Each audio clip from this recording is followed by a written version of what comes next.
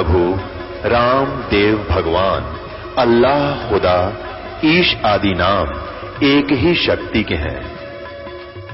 वो कैसा है, कहां है, कैसे मिलता है, किसने देखा है? ये प्रश्नवाचक चिन्ह पूर्ण रूप से हटाने के लिए अवश्य सुनिए जगत गुरु तत्वदर्शी संत रामपाल जी महाराज के अमृत वचन, सर्व पवित्र धर्मों के पवित्र शास्त्रों के आधार पर। कुछ एक ऐसे व्यक्ति हैं जो ईब कलयुग में अभी 150 वर्ष से यह बिजली गिरी है कि वेदों को भी नकारा करने लग गए। कुछ व्यक्ति क्यों करने लगे कि वेदों का ज्ञान नहीं था हमें। तो सबसे पहले तो एक 10 मिनट का सत्संग इस राधा स्वामी पंथ का ही कर देते हैं, जो वेदों को भी नकारा करते हैं और कहते हैं हमारे गुरु जी शिवदयाल जी वो परम धनी थे, उनका ज्ञान अद्वितीय है। अब उसका ज्ञान, उनका अद्वितीय ज्ञान आपको दिखाएंगे। इस तुलनात्मक तरीके से ही हम भगवान को पहचानेंगे और सत्य असत्य का निर्णय कर लेंगे। दास का कोई उद्देश्य नहीं है किसी की भावना को ठेस पहुंचाना या किसी को हेय सिद्ध करना। उन आपका ही लिखा हुआ इतिहास, आप ही के कर कमलों से लिखा हुआ दास तो पढ़ कर सुनाओगा, वेद भी पढ़ कर सुनाएगा और जो वेदों से ऊपर अपना ज्ञान मानते उनका भी ज्ञान आपको पढ़ के सुनाएगा। निर्णय आप खुद कर सकते हो, बुद्धिमान हो, शिक्षित समाज है। ये देखिएगा सार वचन राधा स्वामी नसर यानी वार्तिक, प्रकाशक हैं राधा स्वामी ट्रस्ट, राधा स्वामी बाग आगरा। कोई भी साहिब बिना इजाजत इस पोथी को नहीं छाप सकते। 19वीं बार छपा है ये 2001 में, 19वीं बार। और 7,000 एक बार में छपया है। मुद्रक दी कोरोनेशन प्रेस छिल्ली ईंट रोड आगरा, ये उनका फ़ोन नंबर है। राधा स्वामी दयाल की दया, राधा स्वामी साहेब, खुलासा उपदेश हजूर राधा स्वामी साहेब का। इसके विषय में थोड़ा सा इसमें और देखें। ये आगरा से छपी है और ये छपी है ब्यास से। ये देखिए राधा स्वामी सारवचन राधा स्वामी वार्तिक स्वामी हजूर स्वामी जी महाराज, राधा स्वामी सत्संग ब्यास। प्रकाशक हैं जगदीश चंद्र सेठी, सेक्रेटरी राधा स्वामी सत्संग ब्यास, डेरा बाबा जयमल सिंह, पंजाब। 16वां संस्करण 2003 में। मुद्रक हैं लक्ष्मी ऑफसेट प्रिंटर दिल्ली। ये देखिए इसकी भूमिका में क्या लिखा है। ये सार वचन राधा स्वामी वार्तिक हजूर स्वामी जी महाराज यानी शिवदयाल जी के वचनों का संग्रह है। ये वचन सत्संगों तथा अन्य चर्चाओं के दौरान सत्संगियों ने नोट किए थे। स्वामी जी महाराज के परम धाम सिधारने के कुछ वर्ष बाद इनका संग्रह करके पुस्तक के रूप में छपाया गया। सन 1902 में बाबा जयमल सिंह जी महाराज ने सार वचन राधा स्वामी वार्तिक को पहली बार गुरमुखी लिपि में छपवाया। प्रस्तुत पुस्तक, ये पुस्तक उसी प्रथम गुरमुखी संस्करण के अनुसार है और अब इसका हिंदी संस्करण प्रकाशित किया जा रहा है। अब देखो, स्वामी जी महाराज का शुभ नाम सेठ शिवदयाल जी सिंह जी था। आपने 15 अगस्त 1818 में आगरा शहर में जन्म लिया। आपके पिताजी का नाम सेठ दिलवाली सिंह जी था तथा माताजी का नाम महामाया जी था। आपके पूर्वज पंजाब के रहने वाले थे तथा घर में गुरु ग्रंथ साहिब का पाठ किया जाता था। आपके माता पिता हाथरस के प्रसिद्ध संत तुलसी साहेब जी के भक्त थे। स्वामी जी महाराज ने भी तुलसी साहेब की काफ़ी संगति की थी। शिवदयाल जी ने भी तुलसी साहेब हाथरस वाले की संगति की थी, उसके विचारों से प्रभावित था, विचार सुना करता। बचपन से ही स्वामी जी महाराज का रुझान अध्यात्म की ओर था। अपने एक कमरे में बैठकर 17 वर्ष सूरत शब्द योग का अभ्यास किया। अब ये हमने ये हो गया कि ये श्री शिवदयाल जी फाउंडर ऑफ राधा स्वामी पंथ, राधा स्वामी पंथ के संस्थापक श्री शिवदयाल जी महाराज के वचन हैं जो दास आपको सुना होगा। जिसको राधा स्वामी वाले श्रद्धालु वेदों से भी सुप्रीम मानते हैं। देखिए स्वामी जी के बोल। ये है पृष्ठ नंबर 13, यहाँ 12 है, ये 13 पर हम पढ़ेंगे। राधा स्वामी दयाल की दया राधा स्वामी साहेब, खुलासा उपदेश हजूर स्वामी राधा स्वामी साहेब का वचन। यह जगत नासवान है और ये सब असबाब भी इसका नासवान है। ये दफा प्रथम, इसके यहाँ पढ़ेंगे। सिर्फ काम इतना है कि इंसान यानी मनुष्य अपनी सूरत यानी रूह को उसके खजाने और निकास यानी मुकाम सतनाम और राधा स्वामी में। अब यहाँ देखना है कि सतनाम को, अब ये स्थान बोल रहे हैं स्वामी श्री हजूर परम धनी शिवदयाल जी महाराज। सतनाम मुकाम और राधा स्वामी भी मुकाम यानी स्थान में पहुँचावे।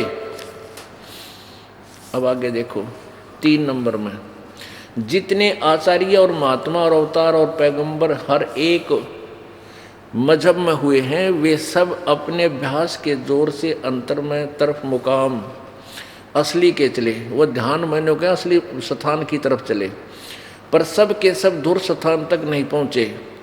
सो बहुत से तो मंजिल पहली पर और कोई दूसरी मंजिल पर और कोई तीसरी मंजिल पर, कोई साहद, कोई बिरले साहद और प्रेमी मंजिल तीसरी तक पहुँचे। सिर्फ संत मंजिल 5वीं यानी सतनाम। अब देखो इनकी अकल है। इस सतनाम को मंजिल कहें स्थान, और कोई बिरले संत मंजिल 8वीं यानी राधा स्वामी स्थान। अरे वाह, 8वीं मंजिल राधा स्वामी तक पहुँचे।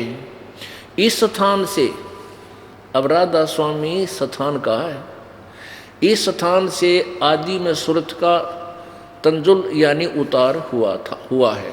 आगे देखो, अब इन्होंने गीता की तरह श्लोक बना रखे इसके वचनों के। अब 4 नंबर वचन, इसके 4था नंबर बोल सुनिए। स्वामी शिवदयाल जी फाउंडर ऑफ राधा स्वामी पंथ यानी राधा स्वामी पंथ के संस्थापक के। अब समझना चाहिए कि राधा स्वामी पद सबसे ऊंचा स्थान है, मुकाम है। अब क्या कह रहे हैं कि अब समझ, पिछले से हिसाब ला लिया कि अब समझना चाहिए। ये वचन है श्री शिवदयाल जी के, एज इट इज रिकॉर्डेड, जो उसने सत्संगों में बोला, प्रवचनों में। अब समझना चाहिए 4थे वचन में और प्रश्न नंबर 15 पे। अब समझना चाहिए कि राधा स्वामी पद सबसे ऊंचा मुकाम है यानी स्थान है। और देखिए आगे, और यही नाम कुल मालिक और सच्चे साहब का है और सच्चे खुदा का है। राधा स्वामी स्थान भी है और यो है, ईश्वर कुल मालिक का नाम भी राधा स्वामी है। आगे देखो, इस मुकाम से 2 स्थान नीचे सतनाम का मुकाम है। सतनाम, यहाँ तो सतनाम न मुकाम कहे हैं ये भले आदमी, 5वीं मंजिल सतनाम। और फिर ने कहा सतनाम का मुकाम है, तो सतनाम युग स्थान होया, स्थान का स्थान है। ध्यान तो देखियो बुद्धिमान समाज, कोई बालक नहीं आप। ठीक है, अभी तक हमारा मोतिया बंद कर रखा था इन अज्ञानी अनाड़ी संतों ने, नकलियों ने। अब ये दास आपका उस ऑपरेशन करेगा मोतियाबिंद का, और फिर देखना, आप दूर से देख लोगे। इन्होंने हमारे अज्ञान रूपी मोतियाबिंद कर रखा था कि संत जो वचन कहते वो फाइनल है, सत्य होते हैं। नो ऑब्जेक्शन होना चाहिए। तो हम श्रद्धालु थे, हम नाक मींच के बैठ गए गुग्गू की तरियाँ, भाई गुरु जी सही कह रहे हैं, ऑब्जेक्शन नहीं होना चाहिए। भाई ऑब्जेक्शन उस समय नहीं होना चाहिए जो सच्ची बात कह रहे हो, और सरेआम झूठ बोल रहे, 100 ऑब्जेक्शन होने चाहिए थे जनता को। अब देखो, अब समझना चाहिए राधा स्वामी पद सबसे ऊंचा मुकाम यानी स्थान है, और यही नाम कुल मालिक का है, और सच्चे साहेब और सच्चे खुदा का है। अरे भले आदमी, अब कोई न्यू कहे कि दिल्ली को समझना चाहिए, दिल्ली भारत की राजधानी है, बहुत अच्छा स्थान है, और यो है प्रधानमंत्री का नाम है, यो है हमारे राष्ट्रपति का भी नाम है दिल्ली। वो कितना बुद्धिमान होगा, बोलो दे। अब देखो, अब समझना चाहिए कि राधा स्वामी पद सबसे ऊंचा मुकाम है, और यही नाम कुल मालिक और सच्चे साहेब और सच्चे खुदा का है। इस मुकाम से यानी राधा स्वामी अर्ध कुल का मालिक, और इस विश्व मुकाम से राधा स्वामी स्थान से 2 स्थान नीचे सतनाम का मुकाम है। यहाँ सतनाम न मंजिल कह रहे हैं, यहाँ सतनाम का मुकाम यानी स्थान का स्थान है। अरे तेरा गजब। और देखो आगे सतनाम के बारे में के गाटा जोड़ रखे कि सतनाम का मुकाम है, कि जिसको संतों ने यानी सतनाम को सतलोक, सचखंड और सार शब्द और सत शब्द और सतनाम और सतपुरुष करके बयान किया है। बताओ भाई, इसका कोई सर पैर है इनकी वाणी का, परम धनी के वचन का। कहते सतनाम को, और सतनाम तो ये 2 अक्षर का नाम है, 2 अक्षर का, एक इसमें ओम और दूसरा ये तत्गुप्त है जिसको सतनाम प्राप्त हो चुके आप जी को, आप समझ रहे होंगे। और ये सतनाम का ही बेरा यू खान का है, पीण का है, कि तो यू मां आदमी है, कि या कोई पृथ्वी स्थान है, कोई लोक है, यू के कहें इसी को तो सतनाम कहें, इसी को सचखंड, इसी को सतलोक, यू सार शब्द और यू सार नाम। आगे देखो, इस चित्र को देखिएगा, इससे आपको कंसेप्ट क्लियर हो जाएगा। ये देखिएगा चित्र,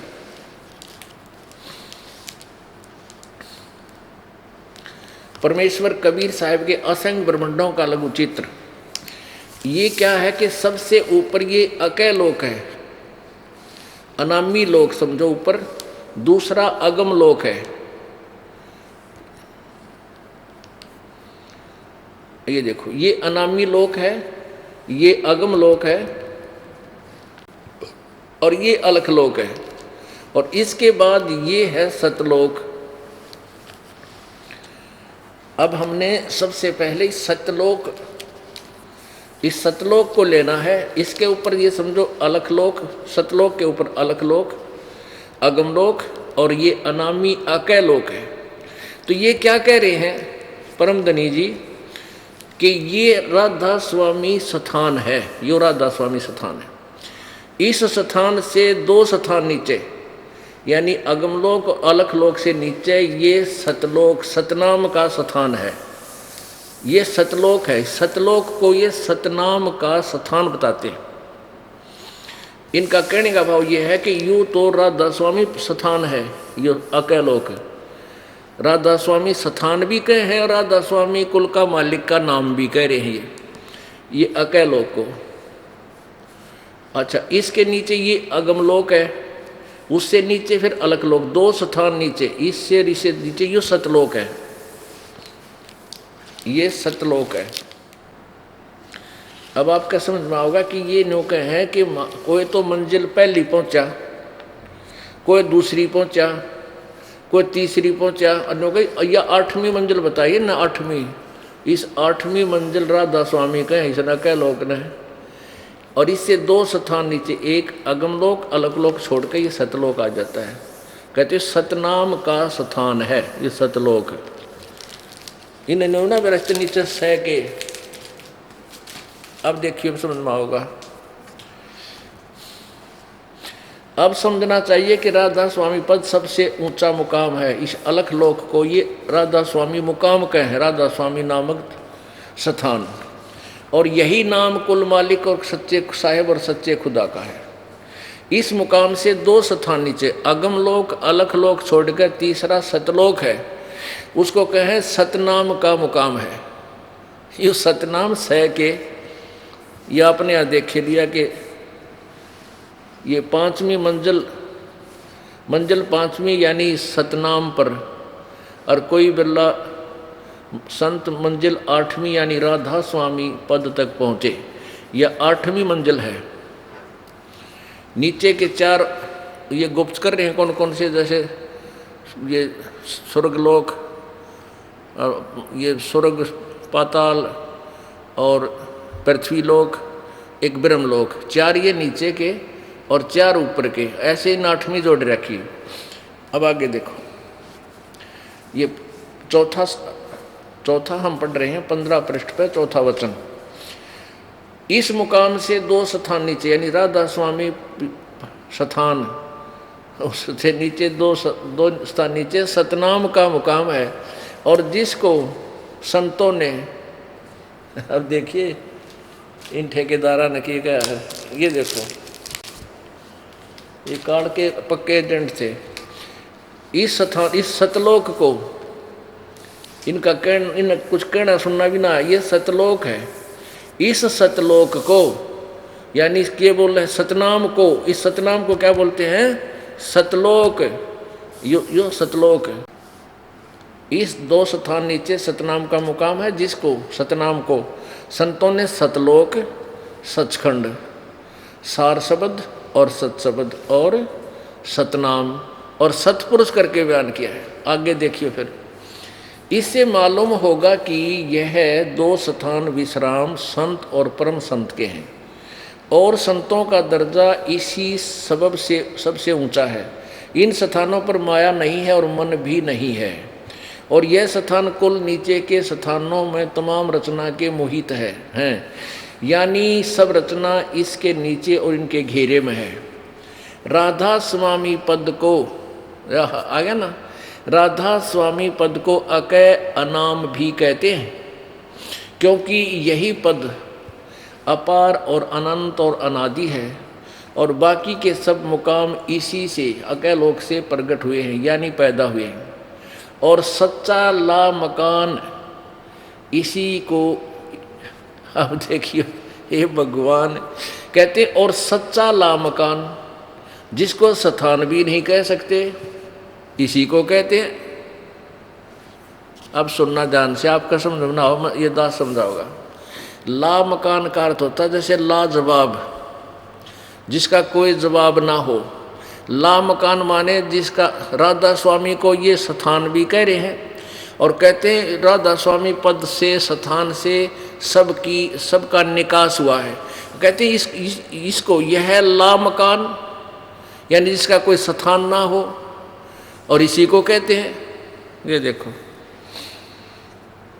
राधा स्वामी पद को अकय अनाम भी कहते हैं, क्योंकि यही पद अपार अनंत और अनादि है, बाकी के सब मुकाम इसी से प्रकट हुए हैं यानी पैदा हुए हैं। और सच्चा लामकान, सच्चा लामकान, लामकान माने जिसका कोई स्थान ना हो, जिसको स्थान भी नहीं कह सकते, जिसका लामकान यानी जिसको स्थान भी नहीं कह सकते, और इसी को कहते हैं। 7 जन्म पढ़ लियो इस सेंटेंस ने, चौथे इस वचन ने, जब सारी उम्र भी तुम इसका कोई निष्कर्ष निकाल देते हैं। कोई सर नहीं, कोई पैर नहीं करने को। ये तो वेदों और गीता से भी ऊपर की वाणी है हमारे परम संतों की, ये बर रखे डले इसके अंदर।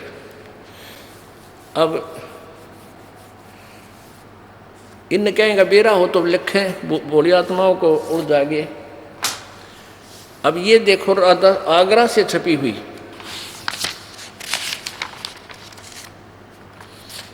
राधा सारवचन राधा स्वामी नसर यानी वार्तिक, जिसको परम पुरुष पूर्ण धनी स्वामी जी महाराज ने जबान मुबारक से फरमाया, और जो बाई इज्जत राधा स्वामी ट्रस्ट छापी गई, द्वारा छापी गई। ये है प्रकाशक राधा स्वामी ट्रस्ट, राधा स्वामी बाग आगरा, 19वीं बार 2001 में 19वीं बार 2001 में छपी, 7000 क्वांटिटी थी इसकी।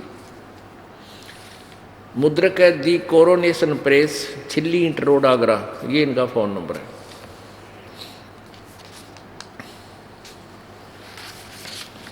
इसमें भी यही ये जो कहते हैं, इसमें कोई इतना भी अंतर नहीं है।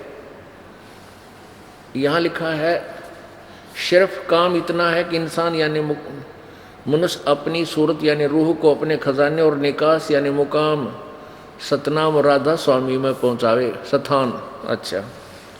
जितने आचार्य और महात्मा और अवतार पैगंबर हर एक मज़ में हुए हैं, वे सब अपने अभ्यास के जोर से अंतर की तरफ चले, मुकाम असली के चले, यानी राधा स्वामी मुकाम को चले, पर सब के सब धुर स्थान तक नहीं पहुँचे। सो बहुत से तो मंजिल पहली। देखो मंजिल का एक नंबर है ना, मंजिल का अर्थ इन्होंने यहाँ क्या किया है, स्थान। मंजिल माने स्थान, ठीक। मंजिल पहली पर और कोई दूसरी मंजिल पर, और कोई बिरले साहब कोई प्रेमी मंजिल तीसरी तक पहुँचे, और सिर्फ संत मंजिल 5वीं यानी सतनाम पर, और कोई बिरले संत मंजिल 8वीं यानी राधा स्वामी पद तक पहुँचे। अब देखो चौथे में, अब समझना चाहिए कि राधा स्वामी पद सबसे ऊंचा मुकाम स्थान मंजिल है, और यही नाम कुल मालिक और सच्चे साहिब और सच्चे खुदा का है। और इस मुकाम से 2 स्थान नीचे सतनाम का मुकाम है। सतनाम का स्थान है, वहाँ तो सतनाम ने ये स्थान कह रहे हैं मंजिल, यहाँ तो ये मंजिल कह रहे हैं। 5वीं मंजिल यानी स्थान सतनाम पे, और यहाँ कहते हैं सतनाम का मुकाम। अब इस मुकाम से 2 स्थान नीचे, उस राधा स्वामी स्थान तय यानी अकैलोक से नीचे 2 स्थान नीचे सतनाम का मुकाम है। और जिसको संतों ने सतलोक, सचखंड और सार शब्द और सतशब्द और सतनाम और सतपुरुष ये पूर्ण परमात्मा करके का, यानी अब देखो पुण्यात्मा इनका डमडमा, जैसे किसी जंगली ने जिंदगी में कार देखी ना, पेट्रोल देखा ना, सड़क देखी ना, ड्राइवर देखा, और वहाँ उन जंगल में टोर बनाता हूँ कि मैं शहर में घूम के आता हूँ, कार में बैठता हूँ, और कोई पूछे, कार को ड्राइवर चलाता है, तो कोई पूछे कि कार कैसी होती है, पेट्रोल कैसा होता है, सड़क कैसी होती है, शहर कैसा होता है, ड्राइवर कैसा है, तो वो व्याख्या करे कि कार को ही शहर कहते हैं, कार को ही शहर कहते हैं, ड्राइवर कहते हैं, उसी को पेट्रोल कहते हैं, उसी को सड़क कहते हैं, और वो ही ड्राइवर है। अरे तेरा गजब हो, या कोई व्याख्या हुई? उसने कदे जिंदगी में कार देखी ना, सुनी किसी से, वैसे अधूरी से दूरी। तो ये वचन है इनके परम धनी के, जो ये कहते हैं कि हम वेदों और गीता को नहीं मानते। और परमेश्वर कबीर जी ने जो ज्ञान दिया वो पूर्ण परमात्मा थे, वो उसका समर्थन सभी सदग्रंथ करते हैं। अब प्रसंग चल रहा है कि वो पूर्ण परमात्मा सतलोक से चलकर आते हैं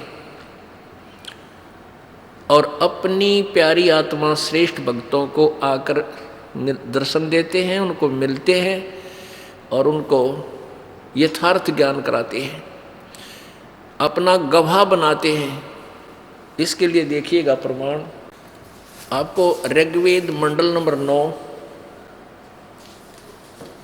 और सूक्त नंबर 86-82 के अंदर स्पष्ट करेंगे कि वो परमात्मा कैसी लीला करता है, भगवान को कैसे पहचाने।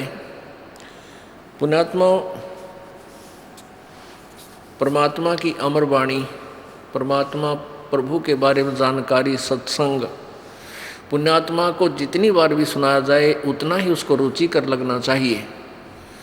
तो वो भक्त है, उसकी भक्ति ठीक चल रही है, उसके अंतःकरण में सफाई आ चुकी है, अर्थात वो स्वस्थ अंतःकरण युक्त है।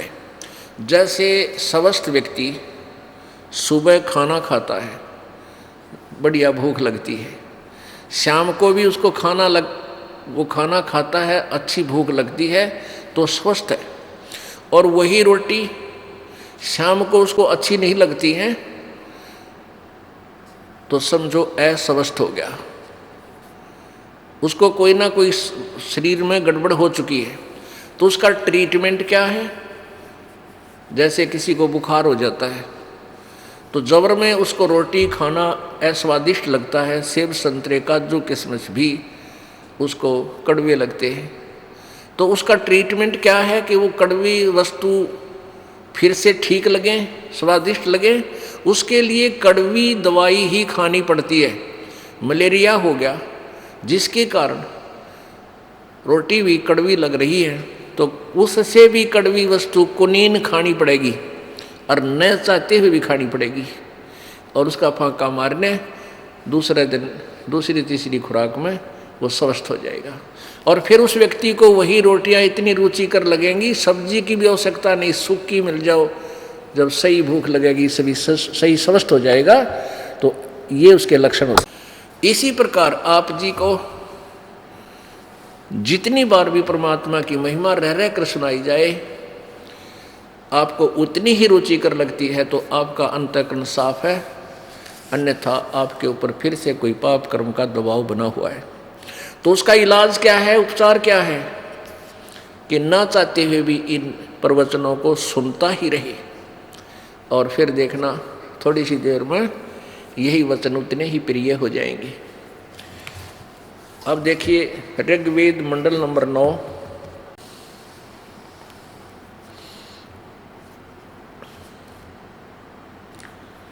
ये देखो महर्षि दान सरस्वती, ये है ऋग्वेद मंडल नंबर 9 और सूक्त ऋग्वेद 9 और 10 मंडल कंबाइंड है, इनका अनुवादित है, और ये न लिखा महर्षि दान सरस्वती। ये कहाँ से प्रकाशित है? प्रकाशक है सार्वदेशिक आर्य प्रतिनिधि सभा, महर्षि दानंद भवन, रामलीला मैदान, नई दिल्ली से। ऋग्वेद आर्य भाषा भाष्य महर्षि दानंद सरस्वती कृत। अब इन्होंने वैसे ये गलत लिखा है कि महर्षि दानंद सरस्वती ने इसकी अनुवाद किया है, ये झूठे इतने हैं, क्योंकि महर्षि दानंद का नाम लिखा होता है तो वेद बिक जाया करते, इनकी रोजी रोटी चले थी। ऐसा नहीं है, ये दानंद जी के द्वारा अनुवादित नहीं है। मुद्रक है Prince of set printers, 1510, Pataudi house, Daryaganj, नई दिल्ली। ये वैसे तो ये पहले कंसेप्ट क्लियर करते हैं कि ये 9 और 10 मंडल स्वामी दयानंद जी का अनुवाद नहीं है। 1 से 6 मंडल ऋग्वेद का दयानंद जी ने अनुवाद किया, उस शेष ये श्रीपाद दामोदर सातवलेकर ने किया। ये देखिए इसमें कंसेप्ट क्लियर हो जाएगा। ऋग्वेद भाष्यम, भाष्यकार हैं महर्षि दानंद सरस्वती, मंडल 1 से 6, 1 से 6 मंडल तक किया है, और श्रीपाद दामोदर सातवलेकर इसने मंडल नंबर 7 से 10 तक, यानी लास्ट तक 7 से 10, 7, 8, 9, 10। ये महर्षि दानंद का अनुवाद नहीं है, ये सातवलेकर का अनुवाद है। ये देखिए इन्होंने जहाँ तक महर्षि दानंद ने अनुवाद किया है, ये द्वितीय मंडल आदि, तो इन्होंने अनुवाद नहीं किया, वो नहीं, शब्दों के अर्थ नहीं लिखे, केवल भावार्थ लिखा है इसमें से, भावार्थ। तो हमने और आगे जो इसने खुद किया है उसमें सब अनुवाद किया है। ये देखो जहाँ से ये 9वां मंडल आ गया तो इसने अनुवाद किया है, तो इसके अर्थ भी साथ किए हैं, ये अर्थ साथ किए हैं, और उसमें केवल अर्थ नहीं किए हैं, वो महर्षि दानंद का अनुवाद भावार्थ ले लिया। अब और दिखाते हैं इन्हीं के द्वारा ये कंसेप्ट क्लियर किया हुआ है। ये देखिएगा आर्य समाज का इतिहास, आर्य समाज का इतिहास, ये कहाँ से छपा है? आर्य समाज का इतिहास प्रथम भाग, प्रारंभ से सन 1883 तक, यानी जब तक इनकी मृत्यु हुई 1883 में। लेखक हैं डॉक्टर सत्यकेतु विद्यालंकार डिलिट पेरिस तथा प्रोफेसर हरिदत्त वेदालंकार MA 7वां और 18वां अध्याय इसका। तथा 20वां अध्याय का द्वितीय संस्करण इस इतिहास का। आर्य स्वाध्याय केंद्र सफदरजंग इनकलेव नई दिल्ली 29 से ये छपा है। और इसके देखिएगा प्रश्न नंबर 283 पे,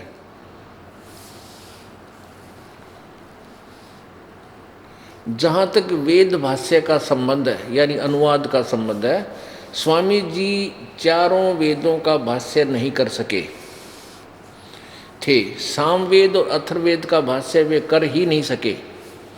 ऋग्वेद का भी संपूर्ण भाष्य उन द्वारा नहीं किया जा सका।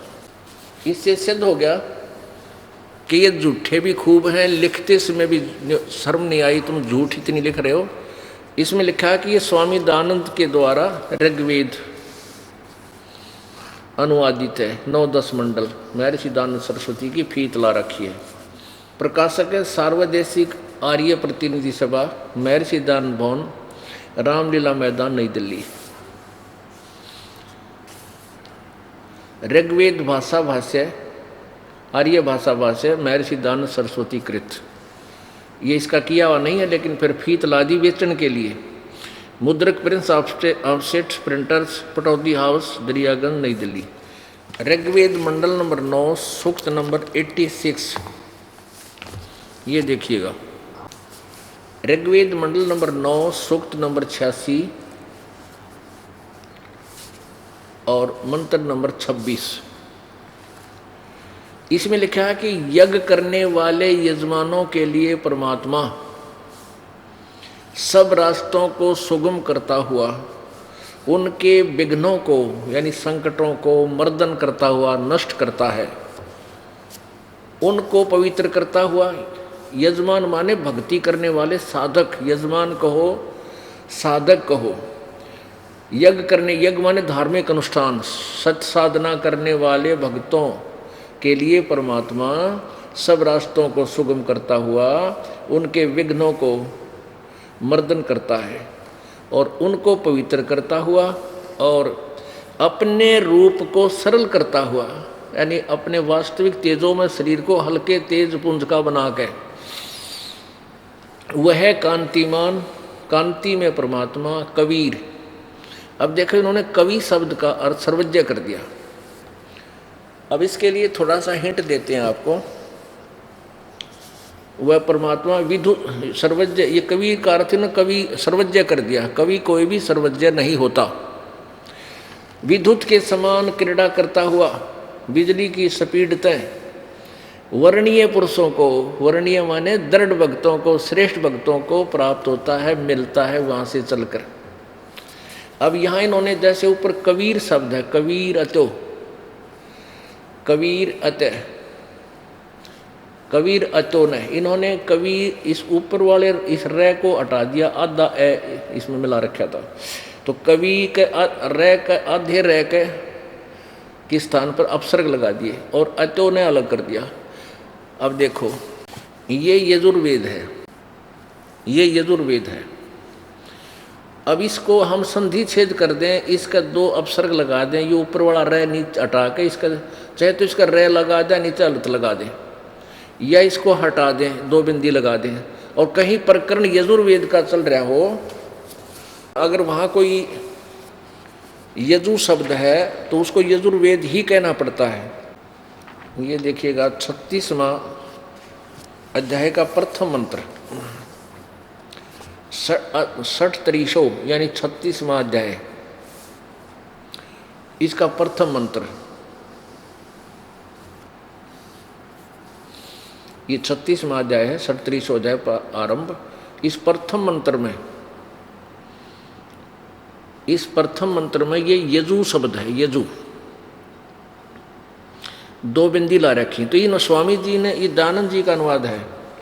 यहाँ यजु शब्द का प्रकरण चल रहा है तो यजुर्वेद लिख दिया, बिल्कुल सही किया, क्योंकि यजु शब्द है, ये यजुर्वेद का ही बोध कराता है। तो यहाँ इन्होंने इसको पूरा कर दिया, यजु का अर्थ कर दिया यजुर्वेद। और यदि यहाँ यजु का अर्थ कर देते स्वामी जी यज्ञ स्तुतियों का संग्रह और वेद ना लिखते यजुर्वेद, तो ये कोई भी प्रकरण नहीं स्पष्ट नहीं हो पाता कि ये कहाँ लिखा है। तो ये लिखना पड़ा कि यजुर्वेद, यजु माने यजुर्वेद, इसका अर्थ किया। तो ये दास इसीलिए कहता है कि इस कवि को इन्होंने कबीर लिख दिया, कबीर देव, कबीरती, कबीर देव को हम कवि, जहाँ इन्होंने कवि लिखा हम लिख दें कबीर देव, हम कबीर देव लिख देते हैं यहाँ पर। इन्होंने जैसे ऋग्वेद मंडल नंबर 9 सूक्त नंबर 86 मंत्र 26 के यहाँ इस कबीर को इन्होंने कवि लिख दिया, हम इसका कवि ही का अर्थ बना दें, कबीर देव लिख दें यहाँ पर, कबीर देव। तो इसमें कोई भी व्याकरण में या कोई अर्थ में कोई फर्क नहीं पड़ेगा, बल्कि कंसेप्ट क्लियर होगा। वो परमात्मा कबीर देव है, विद्युत के समान क्रीड़ा करता हुआ वर्णीय पुरुषों को प्राप्त होता है, श्रेष्ठ भक्तों को मिलता है। 27 में देखिए, अब 27 मंत्र में प्रेम की वे सैकड़ों धाराएं जो नाना रूप में स्थिति को लाभ कर रही हैं, वे परमात्मा को प्राप्त होती हैं।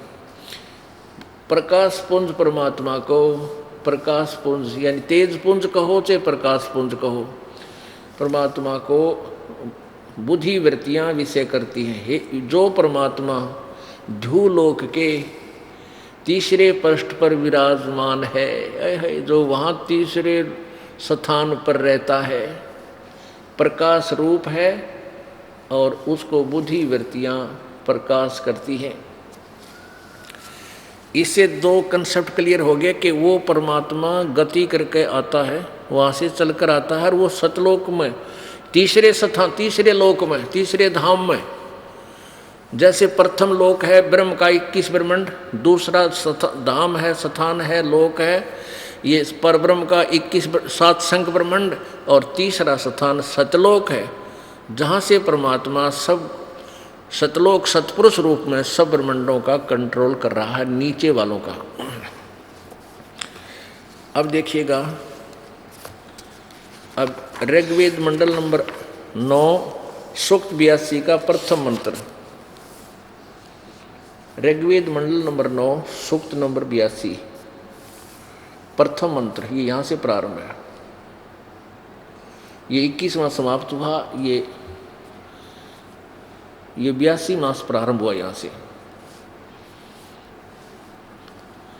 प्रथम मंत्र, जो सर्वोत्पादक प्रभु है, सबका सृजनहार परमात्मा प्रकाश रूप यानी तेजों में है, सद्गुणों की वृष्टि करने वाला, पापों के हरण करने वाला, पाप नाशक, राजीव, राजीव माने राजा के समान, राजा के समान दर्शनीय है, वश दसम दर्शनीय है, दसम माने दर्शनीय यानी देखने योग्य, साकार है। वह पृथ्वी आदि लोक लोकांतरों के चारों ओर शब्दमान हो रहा है। वह वर्णीय पुरुषों को यानी श्रेष्ठ अच्छी आत्माओं को, दृढ़ भक्त हैं, जो दृढ़ भक्त हैं, जो सच्चे भक्त हैं, जो मजबूत भक्त हैं, उनको पवित्र करता हुआ प्राप्त होता है, उनको आकर मिलता है। ओहो, अब नीचे देखो वो क्या करने आता है। हे परमात्मन, उपदेश करने की इच्छा से आप यानी सच्चा ज्ञान देने की इच्छा से आप महापुरुषों को प्राप्त होते हो, महान आत्माओं को मिलते हो। अपने आत्माओं, उन किन किन महान आत्माओं को परमात्मा मिले? आदरणीय धर्मदास साहिब जी को, बांधवगढ़ वाले जो मध्य प्रदेश में है, आदरणीय मलुकदास जी को, आदरणीय दादू साहिब जी को, आदरणीय गरीबदास साहिब जी को, आदरणीय नानक साहिब जी को जो सिख धर्म के प्रवर्तक हैं, आदरणीय घीसा दास साहिब जी को, आदरणीय महर्षि रामानंद जी को, इन 7 महापुरुषों की तो दास को जानकारी है, जिनको वो परमात्मा पूर्ण ब्रह्म सतलोक से चलकर आके इनको मिले। अब देखो, ये परमात्मन उपदेश करने की इच्छा से आप यानी सच्चा ज्ञान देने के लिए महापुरुषों को प्राप्त होते हो, और आप अत्यंत गतिशील पदार्थ के समान हमारे अध्यात्म यज्ञ को प्राप्त होते हो, यानी बहुत तेजों में, बहुत ही तेजों में स्पीड आप आते हो बिजली की तरह। आप या देखो, इन्होंने आप कवि, कबीर का अर्थ इन्होंने कर दिया आप सर्वज्ञ हैं। अब कवि का, अब यहाँ लिख दें आप कबीर देव हैं, बस। जैसे स्वामी जी ने यजुर्वेद अध्याय नंबर 36 के मंत्र 1 में यजु का अर्थ यजुर्वेद लिख दिया, वो बहुत अच्छा किया। तो ऐसे हम कबीर देव हैं, आप कबीर देव हैं। जैसे इस अथर्ववेद कांड नंबर 4 के अनुवाक नंबर 1 के मंत्र नंबर 7 में ये देखिएगा, ये इसका अनुवाद इसी दामोदर सातवलेकर जी ने किया है। ये अथर्ववेद है, अथर्ववेद भाष्यम। हम इसको सिर्फ ये देखेंगे कि अनुवाक कांड नंबर 4 का, ये कांड नंबर 4 का और अनुवाक नंबर 1, यह है चतुर्थ कांड, सप्तम प्रपाठक, प्रथमोनुवाक, चतुर्थ कांड का प्रथम अनुवाक और प्रथम सूक्त का मंत्र नंबर 7। ये देखो, यहां लिखा है, ये अथर्वाणम पित्रम देवबंधु वृष्टम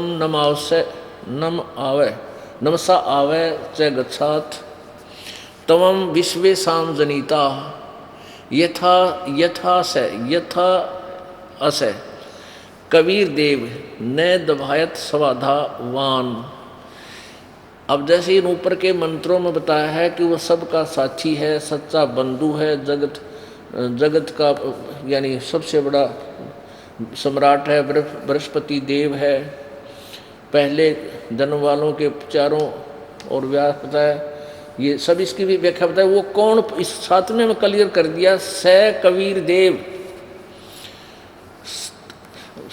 ये है यथा से कबीर देव, वह कबीर देव है, कबीर देव है।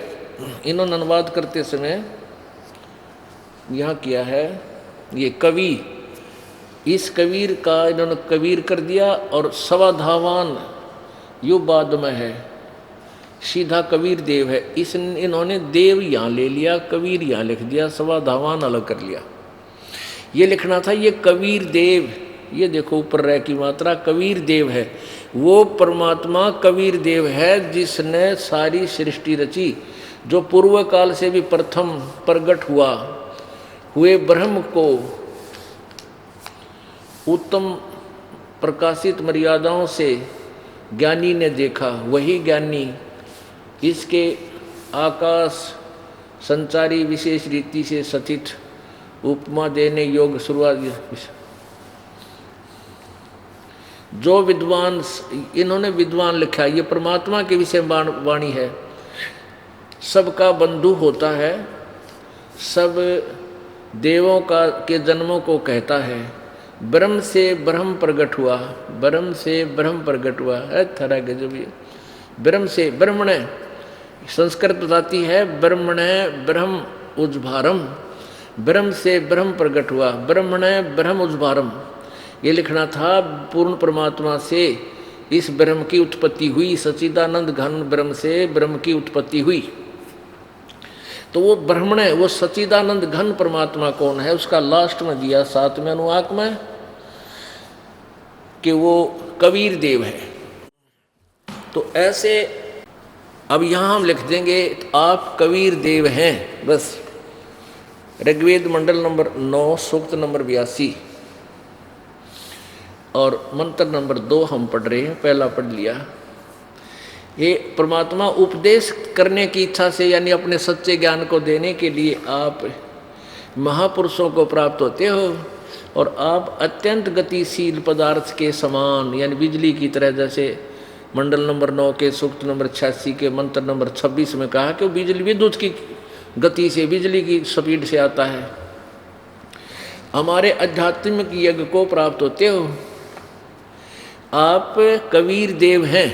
हम इनकी व्याकरण को भी ऐसे रखें, हम लिख देते हैं वो कबीर देव हैं। कबीर देव, कवि का अर्थ रखते हैं कबीर देव हैं। सद शुद्ध स्वरूप है। हमारे पापों को दूर करके हे परमात्मा सोम हम सबको सुख दें। अच्छा आगे देखो तीसरे में मंडल नंबर 9 सूक्त 82 का मंत्र 3। पवित्र यज्ञों में रक्षा से आप प्राप्त होते हैं और पृथ्वी आदि लोकांतरों में गति करते हुए, यानी वहाँ से चलकर आप, सर्वव्यापक नहीं, आप माने आप स्वयं गतिशील होकर विराजमान होते हैं। वहाँ से चलकर आते हैं हमारे यहाँ भक्तों के पास। बस हमने इतना ही से लेना था। वो परमात्मा तीसरे मुक्ति धाम में रहता है। अभी आपने कंसेप्ट यहाँ देख लिया। ऋग्वेद मंडल नंबर 9 सूक्त नंबर 86 का मंत्र नंबर 26 में कि वो कबीर, 27 में वो कबीर देव परमात्मा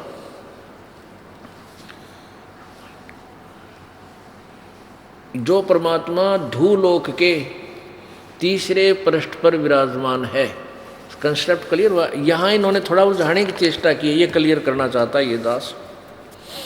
ऋग्वेद मंडल नंबर 9 सूक्त नंबर 96 के मंत्र नंबर प्रथम में 16 में पूछा है, हे परमात्मन सर्वोपरि रहस्य श्रेष्ठ नाम, ये नाम ही लिखना था, जो नाम आपका नाम है उसका ज्ञान कराएं। आपका असली नाम के है वो उसका ज्ञान कराओ। इसमें इतना ही हम पढ़ेंगे। आगे देखो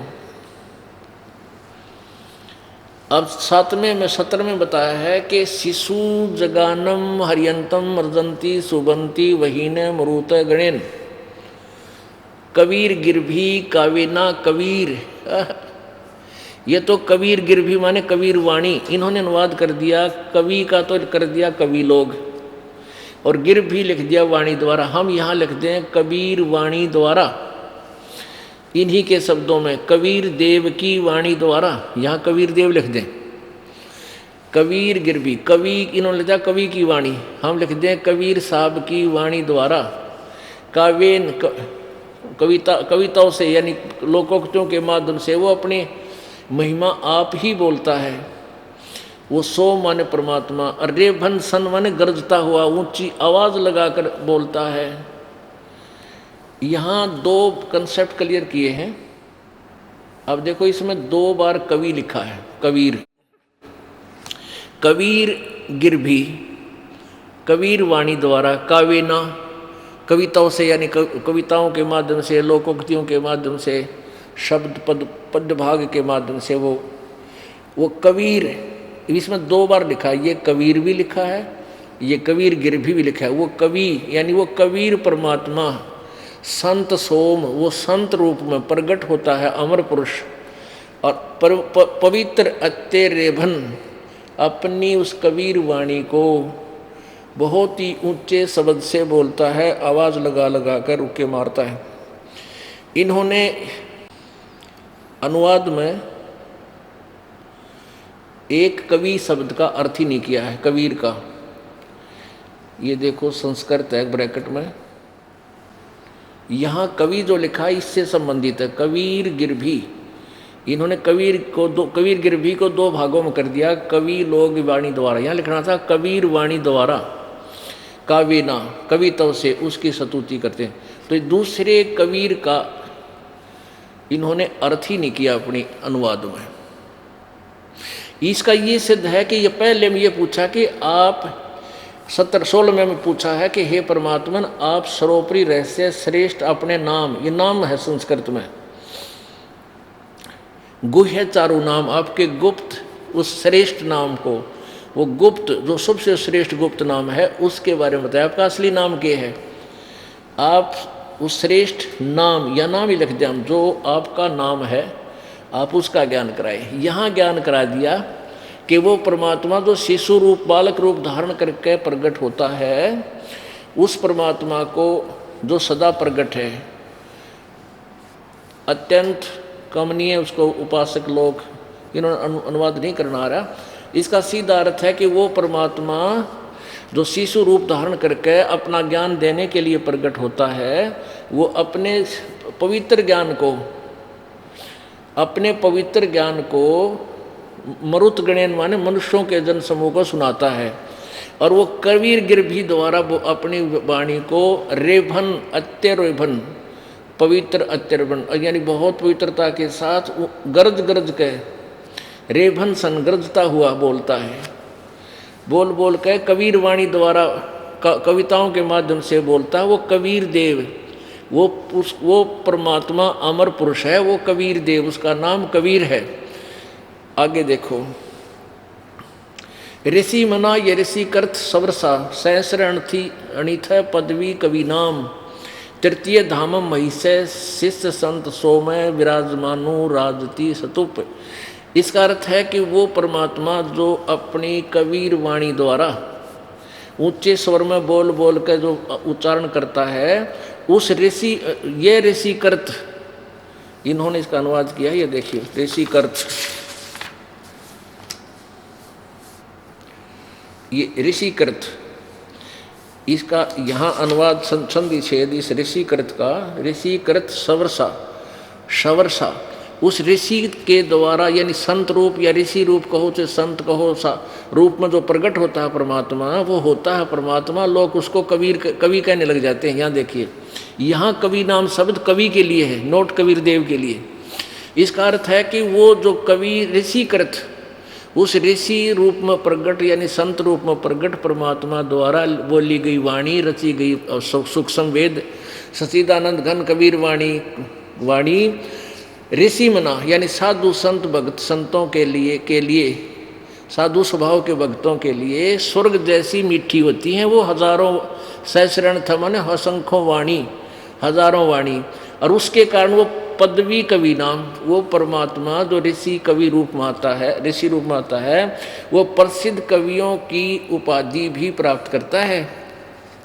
और वो होता है परमात्मा, वह तीसरे धाम में, उस महान बड़ी पृथ्वी पर तीसरे धाम में सतलोक में वो स्थापित करके वहाँ रहता है। वो संत ही पूर्ण परमात्मा है और वो तीसरे धाम में विराजमान है, वहाँ बैठा है। अब देखिए, इन्होंने कहते हैं चोर चुराई तुमबड़ी वो गड्ढा पानी में, वो गड्ढा हुआ ऊपर आवे नो सच्चाई छनी ना। इन्होंने खूब कोशिश की है। महर्षि दानंद जी का सिद्धांत है कि परमात्मा एक देशीय नहीं है, वो कण कण में व्यापक है, निराकार है, वो किसी स्थान एक पर नहीं रहता। ये दानंद जी का सिद्धांत है सत्यार्थ प्रकाश में। और वेद क्या बता रहे हैं कि वो परमात्मा एक स्थान पर रहता है, तीसरे धाम में विराजमान है, वहाँ रहता है, वहाँ से चल कर आता है। इन्होंने इसका अनुवाद गलत भी करने की चेष्टा की। देखिएगा, ये वही चल रहा है 9वें मंडल का सूक्त नंबर 96 का मंत्र नंबर 18। सोम स्वरूप परमात्मा, सोम माने अमर परमात्मा, शिशासन पालन की इच्छा करता हुआ, तीनों लोकों में प्रवेश करके सबका धारण पोषण करता हुआ जो महान परमात्मा, तृतीयम धाम। अब इन्होंने लिखा है देवयान और पितरान, इन दोनों से पृथक तीसरा जो मुक्ति धाम है, तृतीयम धाम, तीसरे धाम है, उसमें विराजमान है। इन्होंने इसका उसमें विराजमान है, सीधी सी बात है। इन्होंने क्या लिख दिया, विराजमान जो ज्ञान योगी। अरे ज्ञान योगी क्या डालने की जरूरत थी, सिर्फ इसलिए कि दानंद की सोच ऊपर रह जा। अब वहाँ इनका ध्यान नहीं रही कि तो तुम पाछे भी लक्का रहे हो, यो भूल गए इतने। देख यहाँ देखो, ऋग्वेद मंडल नंबर 9 के सूक्त 86 मंत्र 27 में, ये देखिएगा। यहाँ इन्होंने स्पष्ट कर दिया, 27 में लिखा है कि वह जो परमात्मा धूलोक के तीसरे पृष्ठ पर विराजमान है। यहाँ बिल्कुल सही लिख दिया। यहाँ इनका याद आ गया दयानंद, अकरे तो गड़बड़ होगी भाई। तो यहाँ कोशिश इसका अनुवाद को गलत करने की चेष्टा की। फिर परमात्मा कहे हैं, देखो सीधा है वो वह जो महान परमात्मा, देखो सोम स्वरूप परमात्मा पालन की इच्छा करता हुआ, यानी वहाँ से सबका तीनों लोकों में प्रवेश करके धारण पोषण करने की इच्छा से वह परमात्मा देवयान और पितृयान इन दोनों से पृथक तीसरा जो मुक्ति धाम है, अब इसको छोड़ दे, ये पितृयान यहाँ छोड़ दे, तृतीय धाम तीसरा जो मुक्ति धाम है उसमें विराजमान है। बस इतनी बात है। कवि नाम पदवी जो कानदर्शियों की पदवी अर्थात मुख्य स्थान है। कवि नाम पदवी यानी कवियों, प्रसिद्ध कवियों में से एक कवि की भी पदवी यानी वो उपमा प्राप्त करता है, उसको वो कवि कहने लग जाते हैं। लेकिन वो होता है संत सोम, वो परमात्मा ही होता है। अपने आत्मा इस दास के साथ यही संघर्ष हो रहा है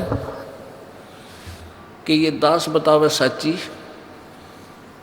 और ये अनाड़ी लोग जो इस दयानंद की इस अज्ञान सोच अनुभव को बेच के वेदों को और सत्यार्थ प्रकाश को रोजी रोटी चला रहे हैं आचार्य, आर्य समाज के आचार्य ओनली। इनको मुश्किल माच गई कि इस आर्य समाज के लोगों को, जनता को पता लगा कि तुम इतने गंदे शास्त्रों को बेच रहे हो तो तुम्हारी रोजी रोटी बंद हो जाएगी। तो उन्होंने वही कार्य किया जो आज से 600 वर्ष पहले परमेश्वर कबीर जी के साथ उन नकली ब्राह्मणों ने किया था।